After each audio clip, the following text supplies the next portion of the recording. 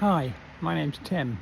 I'm the Negotiating Secretary for West Sussex for the NASUWT, and I've been in that position now since last Easter. It's a great position. You get to meet loads of people, head teachers in schools, CEOs of academy trusts, and you get to work with the lovely people down at County Hall in Chichester. In between all the meetings with the people in charge of different school settings, you get the opportunity to work with members in schools. My biggest reflection of the year is the fact that West Sussex County Council expect fairness, openness, transparency and equality, and their procedures, their policies, their thinking and their desire is that what they produce in terms of documentation is implemented, delivered through the entire workforce, of which they employ, I think, 18,000 people, of which approximately 15,000 people are in education, teaching.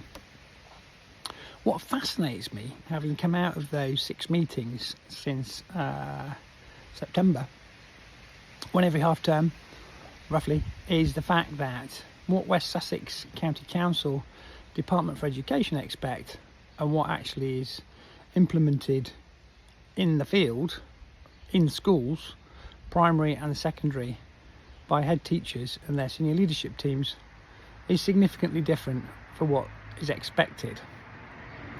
I ask several times this year why such a disconnect between what the employer expects and what's actually delivered in the school setting. It fascinates me because clearly there's quite a lot lost in translation, and that seems unfair. It seems not just unfair, it seems wrong, it seems unethical, and it seems to be a culture of some leaders in schools thinking they can do their own thing to suit their own agenda, which is wrong.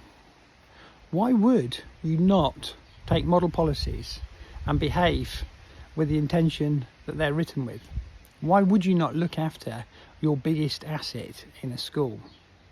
If most schools have a payroll of 85% of the total budget, so a £10 million budgeted school would probably be spending in excess of 85% or £8.5 million on the teaching profession in that school. Why wouldn't you look after that biggest asset? It makes no sense. Why wouldn't you motivate, inspire, excite, engage that biggest asset? Because I never see people like that, because I'm guessing they're happy people who are enjoying their working environment, who are happy with their work-life balance, and are excited about getting up in the morning and going to work. The people I get to see every year, every day, every week are the people that are broken, bullied, intimidated, victimised and on their knees. Most people I see when I get a piece of casework from the regional centre are broken, and the first thing I'd have to do is try and get them stable before we build them back up and start putting some order into their life because of their environment, the setting that they're in. And it's horrible, but it's the same cycle, and it's a cycle I've seen every month for the last 12 months, well, 13, 14, 15 months since I've been sitting in this role. I love this part of the job because you get to meet lots of people who want to do the right thing, some people that want to do the wrong thing. And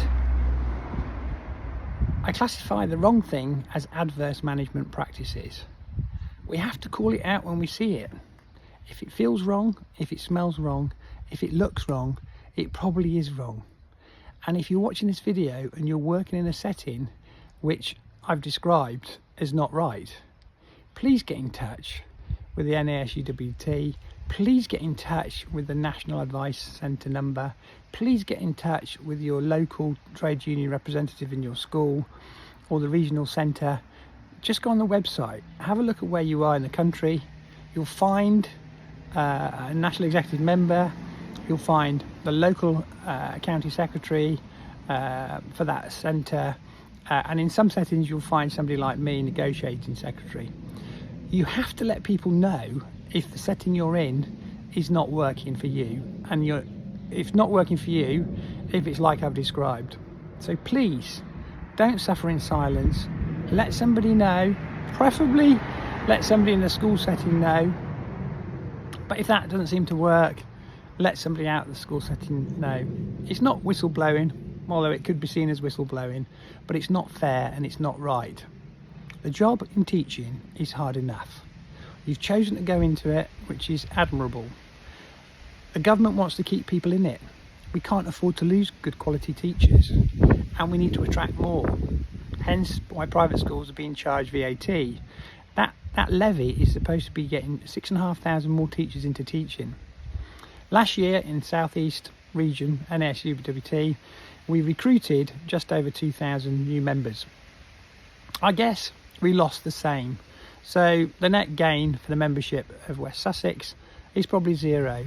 Now, people probably don't want people to know that, but the shocking fact from looking at that data is the fact that once upon a time, 20 years ago when I trained to teach, teachers were told if you survived the first 5 years, you'd probably stay in it as a career. What the data showed me last September, was the fact that more and more teachers are leaving in their mid-30s. They're leaving to go and get paid for working in other settings where you don't have to take work home, where you don't have to deal with behaviour from adverse management practices above or children in the classroom. They're leaving for more pay. I guess the biggest single motivator for people to do something different is pay. So yes, the last few years we've seen some increases, nowhere near where there would have been year-on-year inflation since 2010, but with the plans that we have in place and potentially the new General Secretary for the NASUWT the UK, that will change. So don't lose faith, don't lose belief, don't put your notice in. If you've got a problem, however it is, however small, however large, get in touch and talk to somebody, because we can help make it better. Inspiring teachers need to be led by inspiring leaders. We need to call out and get rid of anybody in education in a senior leadership position who is operating adverse management practices that do not conform to the policies set by, the model policies set by the county councils across this country and those HR departments for those academy trusts. I don't believe those HR departments in the academy trust or those educational facilities at local government level are aware how much is being misconstrued or unpurposely interpreted in the actual local school setting. And they'll never know unless you let us know, so we can let them know. So well done for joining the NASUWT. If you haven't, it's quite easy to do, but we will support you all stages of your career, from ECT training right through to early career, main pay scale, and into leadership. We have head teachers who are members of the NASUWT. It doesn't matter where you are in your career. We're here to support you throughout all of it, with the intention of keeping you in teaching. We have a campaign at the moment to force the government to invest more in teachers and more into teaching. We can make the profession better. We will make the profession better. But if you join in helping us to achieve a setting for all of us that we can all enjoy. Thank you for listening.